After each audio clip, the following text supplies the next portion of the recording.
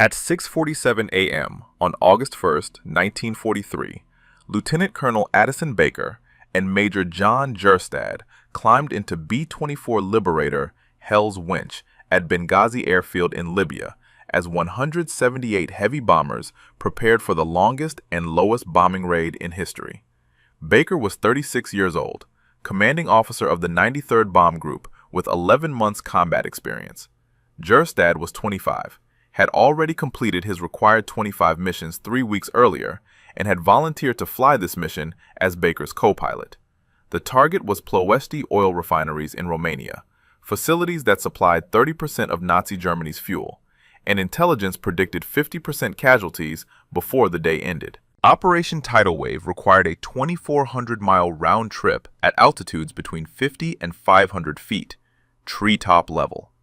The Luftwaffe and German anti-aircraft crews had transformed Ploiești into the most heavily defended target in Europe. Previous high-altitude raids had failed. The only way to destroy the refineries was to fly directly through the defenses at chimney height. Drop delayed fuse bombs. Hope the explosions didn't catch your own aircraft. The 8th Air Force had lost 47 B-24s during training exercises for this mission. Pilots misjudged altitude over water, flew into hillsides during low-level practice runs, collided in tight formations. Command estimated they would lose 90 aircraft over the target. That meant 900 men. Baker knew these numbers. Gerstad knew them too. He'd finished his tour, could have returned home to Oregon. Instead, he'd asked to fly one more mission. Baker needed experienced pilots. Gerstad was operations officer, understood the mission plan better than anyone except Baker himself. Will they survive what's coming? Please hit that like button. It helps more people discover these stories. And subscribe. Back to Baker and Gerstad. Hell's Wench carried 10 crew members that morning. Navigator Harold Sweetman, Bombardier John McCormick, Engineer James Merritt, Radio Operator Cecil Fite, 4 gunners. Every man understood the statistics. 1 in 2 aircraft wouldn't return. But Ploiești produced 12 million barrels of refined petroleum annually. Every day those refineries operated, German tanks rolled deeper into Russia. U-boats hunted Allied convoys. Messerschmitts intercepted bomber formations over Germany. Destroying Ploiești could shorten the war by months, save thousands of Allied lives. The mission was worth the cost. Baker had briefed his group 3 times, emphasized timing. The entire attack depended on 5 bomb groups reaching their targets simultaneously at exactly 9:30 a.m. Romania time. Spread defensive fire. Overwhelm anti-aircraft crews. Any delay meant concentrated defenses. Any deviation from the flight plan meant disaster. Each group had specific refineries to hit. The 93rd would attack the Astra Romana and Unirea refineries. Baker's aircraft would lead the formation, set the example, show his men the way through. At 7 o'clock, engines thundered across Benghazi airfield. 178 B-24s lifted into the morning sky, formed up over the Mediterranean, turned north toward Romania. The formation stretched for miles. 19,000 feet altitude initially. They would drop to wave-top height over the Aegean Sea, stay low across Greece and Yugoslavia, reach Ploiești below German radar. Baker settled into his seat. Gerstad took the co-pilot position. Hell's Wench flew in the lead spot. 17 aircraft from the 93rd followed directly behind. 3 hours into the mission, a B-24 from the lead navigation group lost power over the Mediterranean. The aircraft carrying the mission's lead navigator. It descended toward the water, attempted an emergency landing. The bomber hit waves at 140 miles per hour, disintegrated. All crew lost. The entire operation had just lost its pathfinder. No backup navigator knew the complete route. Baker watched the formation continue north. Something was already wrong. The formation crossed the Greek coast at 9,000 feet, descended to 500 feet over Yugoslavia. B-24s flew so low that pilots could see individual trees. Sheep scattered as bombers roared overhead. The plan called for terrain masking. German radar stations couldn't track aircraft flying below hilltops. But low altitude meant fuel consumption increased. navigational errors became critical. A wrong turn at this altitude could send the entire formation into mountainside. Baker checked his instruments. Fuel consumption normal. Engines running steady. Behind him, 17 B-24s from the 93rd maintained tight formation. To his left and right, other bomb groups spread across the sky. The 44th, the 98th, the 76th, the 376th. 5 groups, 177 aircraft still flying. One target, 30 minutes away. At 9:05 a.m. Romania time, the formation reached the initial point near Pitești, the IP, the spot where bombers would turn east toward Ploiești. This was the critical navigation moment. Every group needed to identify landmarks, turn at precisely the right moment, follow the correct valleys toward their assigned refineries. Without the lead navigator, the mission commander's aircraft took over navigation duties. Baker watched the lead group begin their turn. They turned toward Bucharest. Wrong city, wrong direction. Baker recognized the error immediately. The lead group had mistaken one valley for another, a simple navigational mistake at 500 feet altitude. But Bucharest lay 30 miles southeast of Ploiești. The lead group was taking 3 bomb groups, over 100 aircraft, away from the target, away from the mission. The attack plan was collapsing. Baker grabbed the radio transmitter, tried to contact the mission commander. Radio discipline had been strict throughout the flight. Minimal transmissions. German listening posts were tracking them. But this was an emergency. The mission was about to fail. Baker called repeatedly. No response. Either the lead aircraft wasn't monitoring the frequency, or they couldn't hear through radio interference. German jamming had started the moment the formation crossed into Romania. Static filled the airwaves. Gerstad looked at Baker. The decision was simple. Follow the lead group to the wrong target and waste the entire mission. Or break formation. Turn the 93rd toward Ploiești alone. Lead his 17 aircraft into the most heavily defended target in Europe without the planned support from other groups. No simultaneous attack. No split defenses. Every German gun would focus on the 93rd. Command had predicted 50% losses with the full formation attacking together.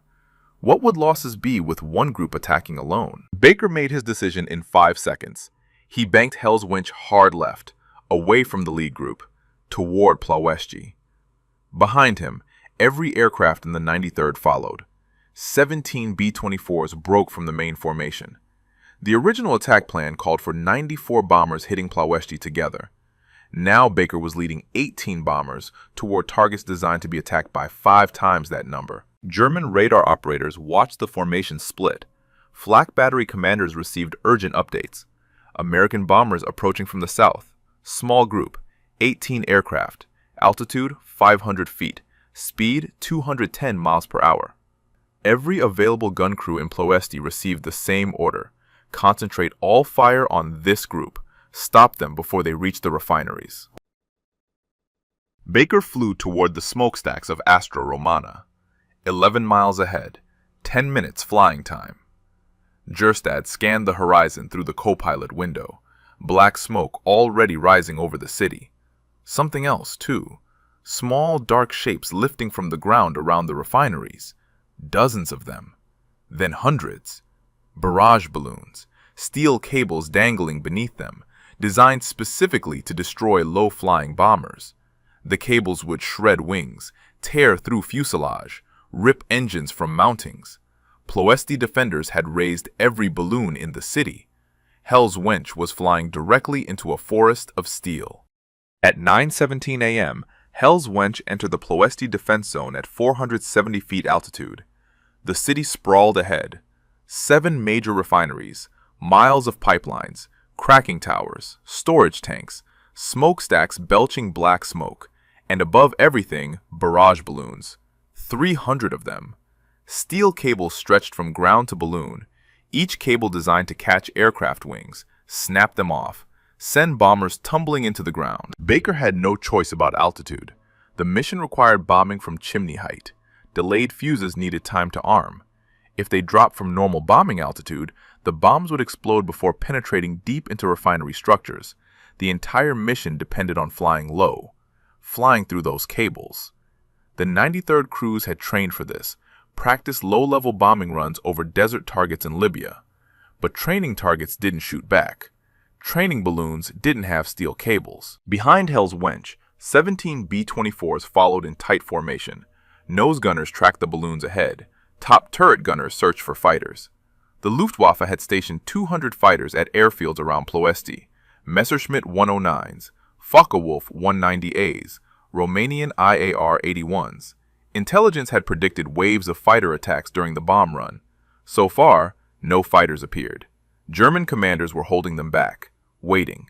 The flak batteries would handle the bombers first. The first 88mm shell exploded 200 feet ahead of Hell's Wench. Black smoke, orange flash. Shrapnel sprayed outward.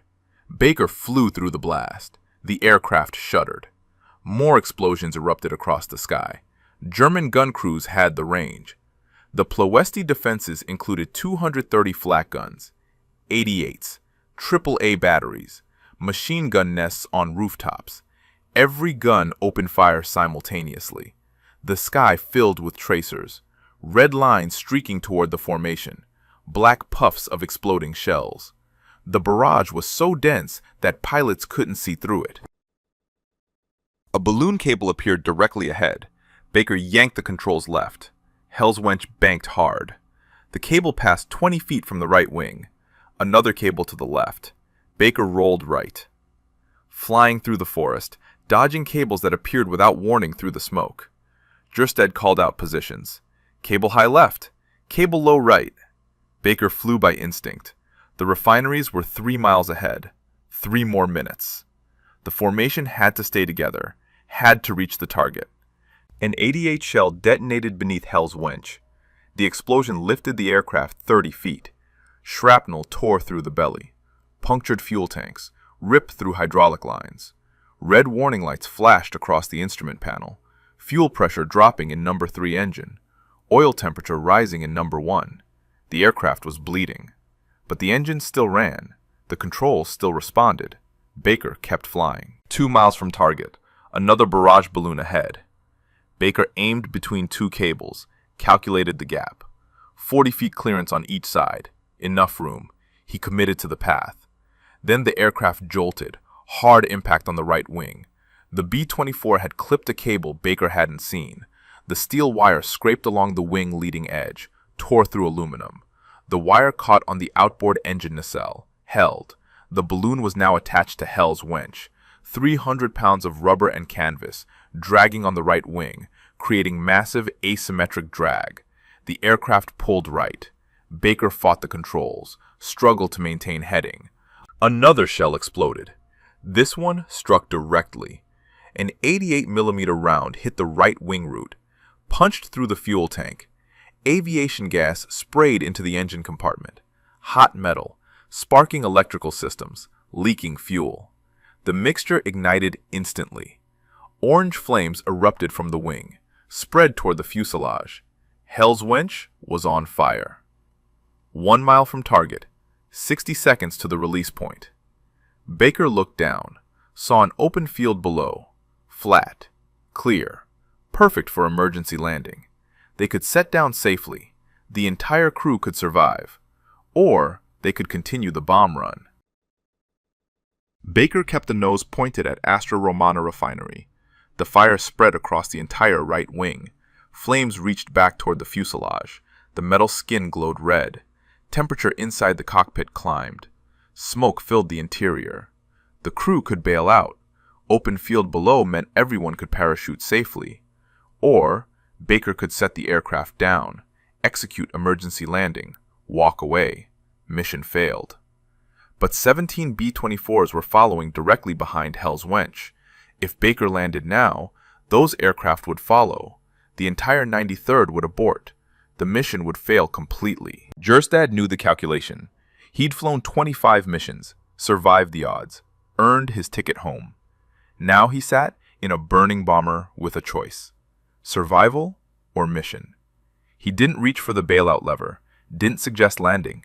He checked the bomb release panel, verified the delayed fuses were armed, prepared for the drop. Baker understood. They were continuing. The flames grew worse. Fire consumed the right wing from engine nacelle to wingtip. The aluminum structure began failing. Rivets popped from heat stress. Metal panels curled. The wing was disintegrating. But it still produced lift. The aircraft still flew. 45 seconds to target.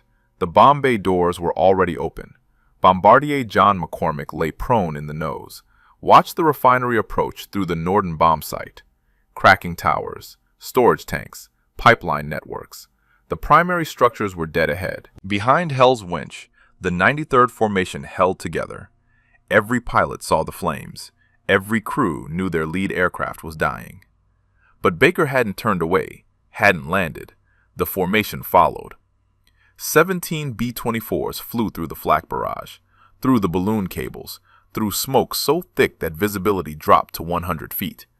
They followed Hell's Wench because Baker and Gerstad were still flying. German gunners concentrated their fire on the burning bomber. Every tracer, every shell.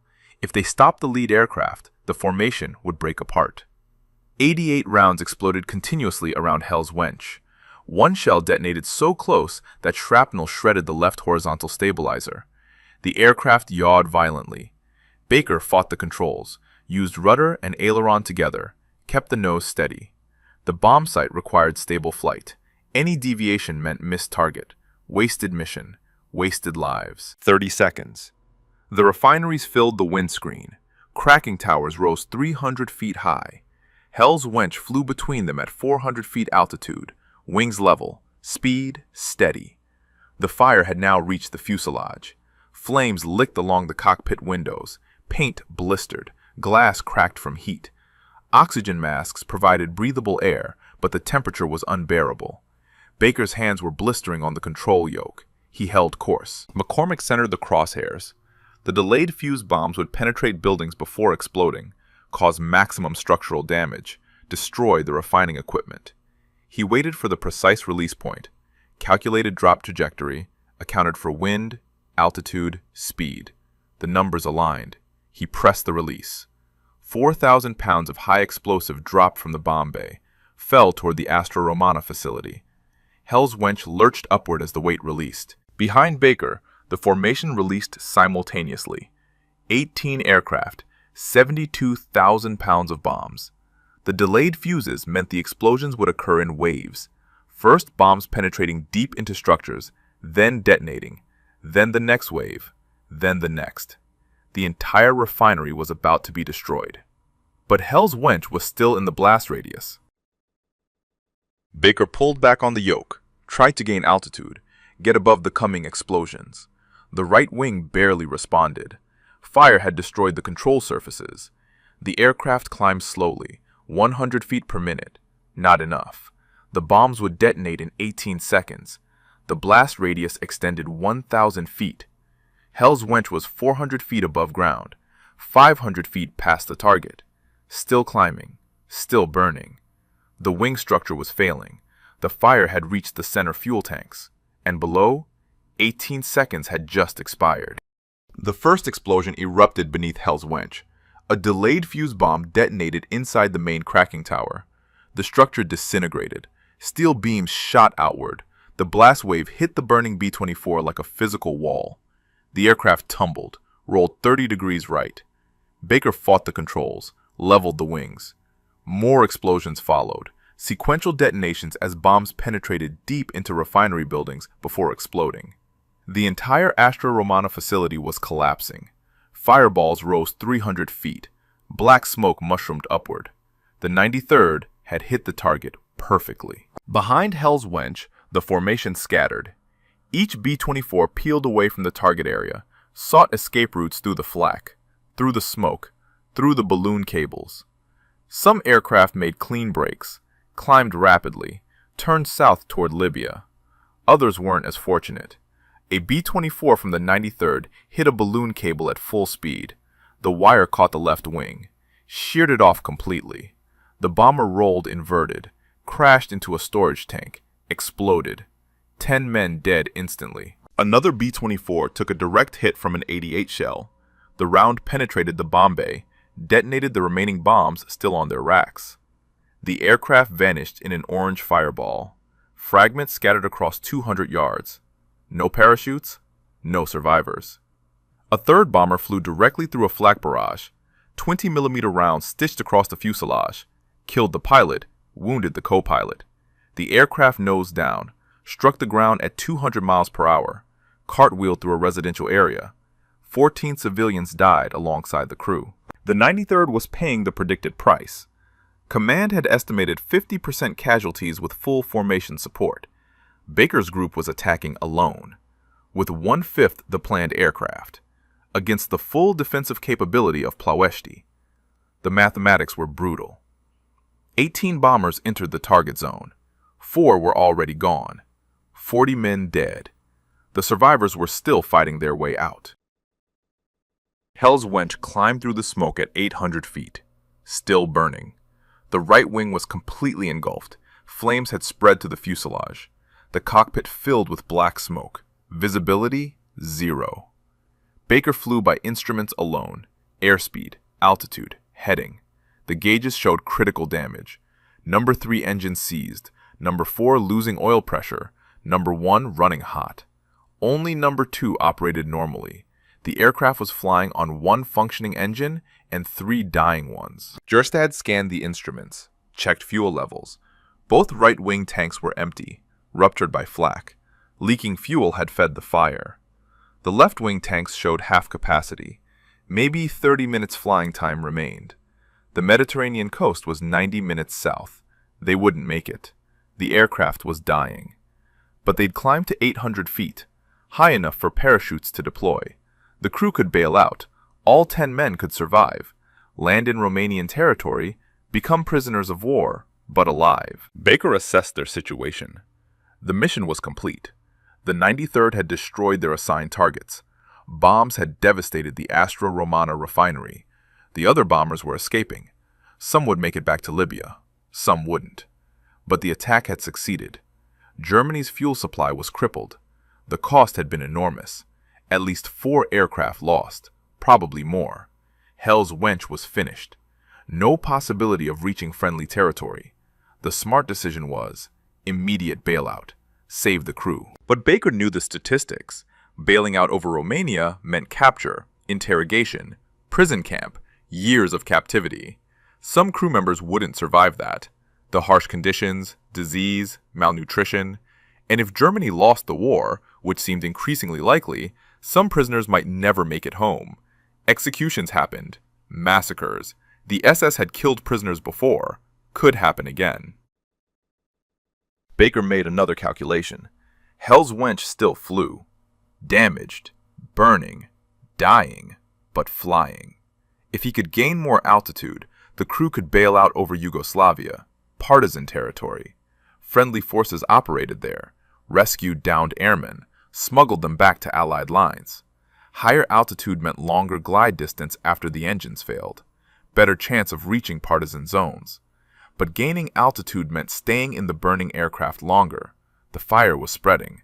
Time was running out. Baker pulled back on the yoke. Hell's Wench climbed slowly. 900 feet, 1,000 feet, 1,200 feet. Every 100 feet of altitude bought the crew better survival odds, but the climb cost time. Time the burning aircraft didn't have. The fire had now consumed half the fuselage. Flames burned through electrical systems. Radio went dead. Intercom failed. Baker could no longer communicate with the crew, couldn't order bailout, couldn't coordinate evacuation. Each man would have to make his own decision. The engineer, James Merritt, stood in the cockpit doorway, watched Baker and Gerstad fight the controls, saw the flames spreading toward the cockpit, felt the heat radiating through the metal walls. He understood what Baker was attempting: gain altitude, give everyone better chance. Merritt returned to his station, didn't bail out, stayed at his post, monitored the dying engines, adjusted fuel mixture, transferred fuel from damaged tanks to functioning ones, bought them precious minutes. Behind Merritt, the 4 gunners remained at their positions. Top turret gunner tracked the sky for enemy fighters. Waist gunners watched for pursuing Messerschmitts. Tail gunner scanned their 6 o'clock position. No fighters appeared. The Luftwaffe had pulled back. German commanders knew Hell's Wench was finished. No need to waste ammunition. The burning bomber would crash on its own. The gunners could see the ground through gaps in the smoke, Romanian countryside, fields, villages, enemy territory. They stayed at their stations. 1,500 feet. The aircraft shuddered violently. Number 4 engine seized completely. The propeller windmilled, created massive drag. Baker compensated with rudder. The aircraft yawed right. He fought it level. 3 engines remained. Number 1 running on failing oil pressure. Number 2 still good. Number 3 restarted after cooling briefly. But the restart wouldn't last. The engine was damaged, running rough, producing minimal power. The right wing was structurally failing. The fire had burned through primary spars, load-bearing members. The wing bent upward under aerodynamic stress. Metal groaned. Rivets popped like gunshots. The wing was folding. When it failed completely, the aircraft would roll inverted, spin into the ground. No time for bailout. Everyone would die in the crash. Baker needed altitude before that happened. Needed to get high enough that when the wing failed, the crew could escape the tumbling aircraft. 1,700 feet. They were 15 miles south of Ploiești now. Still over Romania, still enemy territory, but closer to Yugoslavia. The partisan zones were 40 miles ahead. If they could maintain altitude for another 10 minutes, they'd reach friendly territory. The crew could bail out safely, get rescued, return to fight another day. Baker pushed the aircraft harder, demanded performance it couldn't give. The remaining engines screamed, overheated, began failing. Number 1 engine caught fire. Different fire from the wing blaze. This one burned inside the nacelle. Engine oil ignited. Flames shot from the cowling. The fire spread to number 2 engine, the only engine still producing full power. Baker watched his last good engine start to burn. He had maybe 90 seconds before complete power loss. 90 seconds to gain every possible foot of altitude. He kept climbing. Bombardier McCormick lay in the nose, watched the ground pass beneath, calculated their trajectory. Airspeed dropping, altitude increasing slowly, rate of climb decreasing. The mathematics were clear. They wouldn't make Yugoslavia. The engines would fail before they crossed the border. The aircraft would crash in Romania. But McCormick didn't move toward the escape hatch, didn't prepare to bail out. He stayed at his station, trusted Baker's judgment. 1,900 feet. Number 2 engine died, just stopped. No explosion, no dramatic failure. The engine simply quit, starved of oil, seized from heat, gone. Now Hell's Wench flew on 2 damaged engines, number 3 running rough, number 1 burning. The aircraft couldn't maintain altitude anymore, started descending, 100 feet per minute, then 200. The descent accelerated. Baker had run out of options. The crew had maybe 60 seconds to bail out before the aircraft became uncontrollable. He needed to give the order. But the intercom was dead. He couldn't tell them to jump. And the right wing chose that moment to fail. The right wing separated at the root. The entire structure tore away from the fuselage. 28 feet of wing, 2 engines, fuel tanks, all gone in one catastrophic failure. The sudden loss of lift on one side rolled Hell's Wench violently. The aircraft snap-rolled left, inverted in 2 seconds. The centrifugal force pinned everyone against the walls, made movement impossible. Escape hatches were now above the crew. Gravity worked against them.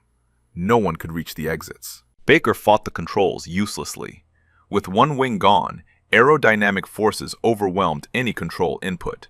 The rudder had no effect. Ailerons couldn't counter the roll. The aircraft was tumbling. Spinning toward the ground in an uncontrollable descent. Through the windscreen, Baker saw earth and sky alternating rapidly. The horizon spun. The altimeter unwound. 1,800 feet, 1,600, 1,400, descending at 3,000 feet per minute. The crew knew what was happening, felt the violent roll, understood the wing had failed. Merritt grabbed for handholds, couldn't reach them. The centrifugal force threw him against the bulkhead. The gunners tumbled through the fuselage, slammed into equipment, into each other, into the burning walls.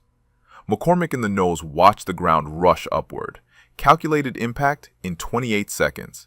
He didn't scream, didn't panic, just watched. Gerstad remained strapped in the co-pilot seat. The harness held him secure despite the violent rotation. He looked at Baker. Both men knew. This was the end. No bailout possible. No emergency landing. No survival. The aircraft was a spinning coffin. They'd completed the mission, led the 93rd to the target, destroyed the refinery, kept flying when they could have landed safely, made the choice. This was the consequence. 1,000 feet. The spin accelerated. Aerodynamic forces increased as airspeed built. The aircraft rotated faster, 4 revolutions per second. The remaining left wing began failing under the stress. Metal screamed. The fire spread throughout the fuselage, consumed everything. The ammunition for the 50 caliber guns began cooking off. Rounds exploded randomly, sent bullets ricocheting through the interior, added chaos to the catastrophe. The ground details became visible. Trees, a road, farm buildings, Romanian farmers working fields. They looked up, saw the burning bomber spinning downward, black smoke trailing behind it in a corkscrew pattern. The sound was immense, screaming engines, rushing wind, exploding ammunition. The farmers ran, scattered away from the impact point, knew what was coming. 600 feet. Hell's Wench completed its final rotation. The nose pointed almost straight down. The remaining engines still ran, still pushed the aircraft faster toward the ground. Baker saw the impact point, a field, bare earth. The aircraft would hit at over 300 miles per hour. The impact would be instantaneous. No pain, no drawn-out death, just sudden ending. 300 feet. Gerstad reached across the cockpit, gripped Baker's shoulder, a final gesture, acknowledgement. They'd flown together, made the hard choice together, would die together. Baker nodded once, kept his hands on the controls, died doing his job, pilot to the end. Hell's Wench struck the Earth at 9:47 a.m. Romania time. 3,000 pounds of remaining fuel detonated on impact. The explosion created a crater 15 feet deep and 40 feet across. Debris scattered across 200 yards. The aircraft disintegrated completely. All 10 crew members died instantly. Lieutenant Colonel Addison Baker, Major John Gerstad, Navigator Harold Sweetman, Bombardier John McCormick, Engineer James Merritt, Radio Operator Cecil Fite, 4 gunners whose bodies were identified by dog tags recovered from the wreckage, the volunteer who didn't have to fly, the commander who led from the front, and 8 men who followed them into hell. Gone. Romanian authorities arrived within the hour, recovered what remained. 10 Americans who'd flown 1,500 miles to destroy oil refineries, who'd succeeded, who'd paid the ultimate price. The bodies were buried in a local cemetery, the graves marked with wooden crosses. The war continued without them, but their mission had changed everything. Operation Tidal Wave concluded at 10:32 a.m. on August 1st, 1943. 178 B-24 Liberators had departed Benghazi that morning. 125 returned. 53 aircraft lost. 310 airmen killed. 54 captured. 108 wounded. The single costliest air mission in American military history to that point. The losses exceeded even the worst predictions. Command had estimated 50% casualties. The actual figure reached 30% for aircraft, but among the crews that pressed their attacks to the target, losses approached 60%. The 93rd Bomb Group paid the heaviest price. Addison Baker led 18 bombers toward Ploesti after breaking formation. Only 11 returned to Libya. 7 aircraft lost, 70 men dead or missing. But those 18 bombers had destroyed their assigned targets completely. The Astro Romana refinery was knocked offline for 3 months. The Uniria facility remained closed for 6 months. Delayed fuse bombs had penetrated deep into critical equipment. Cracking towers collapsed, pipeline networks ruptured, storage tanks burned for days. German engineers surveyed the damage and reported complete reconstruction would take years. Across Ploesti, the other bomb groups achieved similar results. The refineries that supplied 1/3 of Nazi Germany's fuel were crippled. Daily production dropped from 12 million barrels annually to less than 4 million. The shortfall created immediate problems for German operations. Luftwaffe sortie rates decreased. Panzer divisions received reduced fuel allocations. U-boats spent less time on patrol. The strategic impact rippled throughout the Wehrmacht. Some historians estimate Operation Tidal Wave shortened the war in Europe by 3 months. But the cost haunted military planners. 53 aircraft, 310 men. The mathematics were brutal. Command evaluated whether the results justified the losses, whether destroying oil refineries was worth the price in American lives. The debate continued throughout the war. No clear answer emerged. The oil was crucial. The losses were catastrophic. Both facts remain true. The Medal of Honor citations arrived 6 months later. 5 men received America's highest military decoration for actions during Operation Tidal Wave. More medals of honor than any other single air operation in history. Lieutenant Colonel Addison Baker received his posthumously. The citation read that he flew his burning aircraft to the target, despite having opportunity to land safely, led his group through the heaviest defenses in Europe, completed the mission at cost of his life and the lives of his crew. Major John Gerstad received the Medal of Honor posthumously as well. The citation noted he volunteered for the mission after completing his required tour, served as Baker's co-pilot, remained at his post in the burning aircraft, made the choice to continue when survival was possible, died completing the mission. He was 25 years old, had finished his war, could have gone home to Oregon, instead flew one more mission, never returned. The other 8 crew members of Hell's Wench received no individual medals. Their names appeared in casualty lists. Harold Sweetman, John McCormick, James Merritt, Cecil Fite. 4 gunners whose families received telegrams explaining their sons had died in action over Romania. Standard wartime notifications. Nothing that captured what they'd done. Nothing that explained they'd flown a burning bomber through the worst defenses in Europe because their commanders asked them to. If this story moved you the way it moved us, do me a favor, hit that like button. Every single like tells YouTube to show this story to more people. Hit subscribe and turn on notifications. We're rescuing forgotten stories from dusty archives every single day. Stories about pilots who chose the mission over survival. Real people, real sacrifice. Drop a comment right now and tell us where you're watching from.